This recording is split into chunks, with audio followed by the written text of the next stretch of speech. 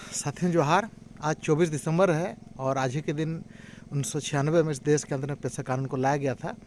और आज जो है अलग झारखंड राज्य बने 24 साल हो गया और पेशा कानून के बने इस देश में 28 साल बीत गया, लेकिन हमारे झारखंड राज्य में पेशा कानून को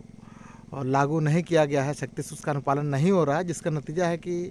जो अधिकार ग्राम सभा के माध्यम से जो हमें एक लाभ मिलना था आदो से बोल क्षेत्रों में, चाहे हम लोग देख रहे हैं लघु खनिज का मामला हो,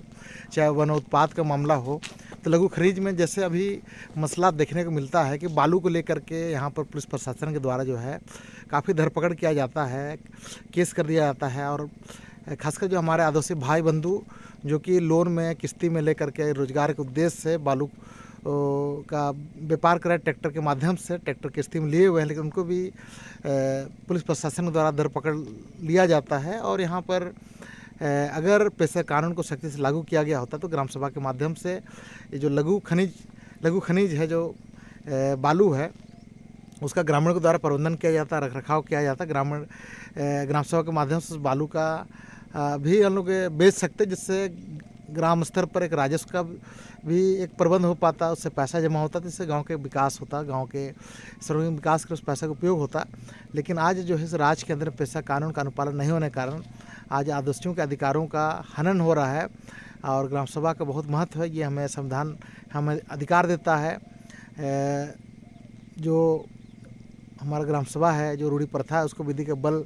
प्राप्त है संवैधानिक अधिकारों के तहत, लेकिन उन कानून का अनुपालन नहीं होने के कारण आज जो है आदिवासी अपने अधिकारों से वंचित हो रहे से संविधान में 5वीं सूची का प्रावधान है, समता जजमेंट का प्रावधान है, लेकिन उन कानून का सख्ती से अनुपालन नहीं होने कर यहाँ पर आदिवासियों का जल जंगल ज़मीन जो है आज सिर्फ नारों तक सीमित रह गया। तमाम राजनीतिक पार्टी के लोगों ने आज जो है आपका जल जंगल ज़मीन को एक नारा तक सीमित कर दिया है, लेकिन जिस तरीके से यहाँ पर लगातार जो है आदिवासियों का ज़मीनों का, जंगलों का यहाँ पर लूट हो रहा है, तो उस लूट के खिलाफ इन कानूनों का सख्ती से अगर अनुपालन हो, चाहे CNT एक्ट हो, चाहे SPT एक्ट हो, चाहे आपका पेशा कानून हो, चाहे समता जजमेंट हो, तो यहाँ के आदिवासियों के अधिकारों का संरक्षण हो पाएगा, आदिवासी बच पाएंगे। नहीं तो फिर ये संविधान में जो बातें लिखी है अगर उसका अनुपालन नहीं हो तो फिर सिर्फ और सिर्फ एक कानूनी बातें जो है ये सिर्फ हाथी के दांत साबित होंगे। इसलिए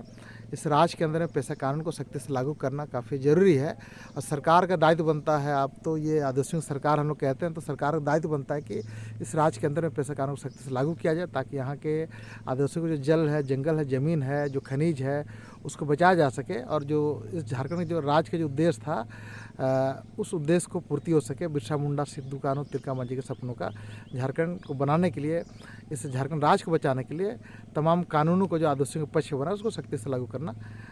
जरूरी है। मैं माधव चंद्र कुंकल, मंझारी प्रखंड जिला परिषद सदस्य, जोहार, धन्यवाद।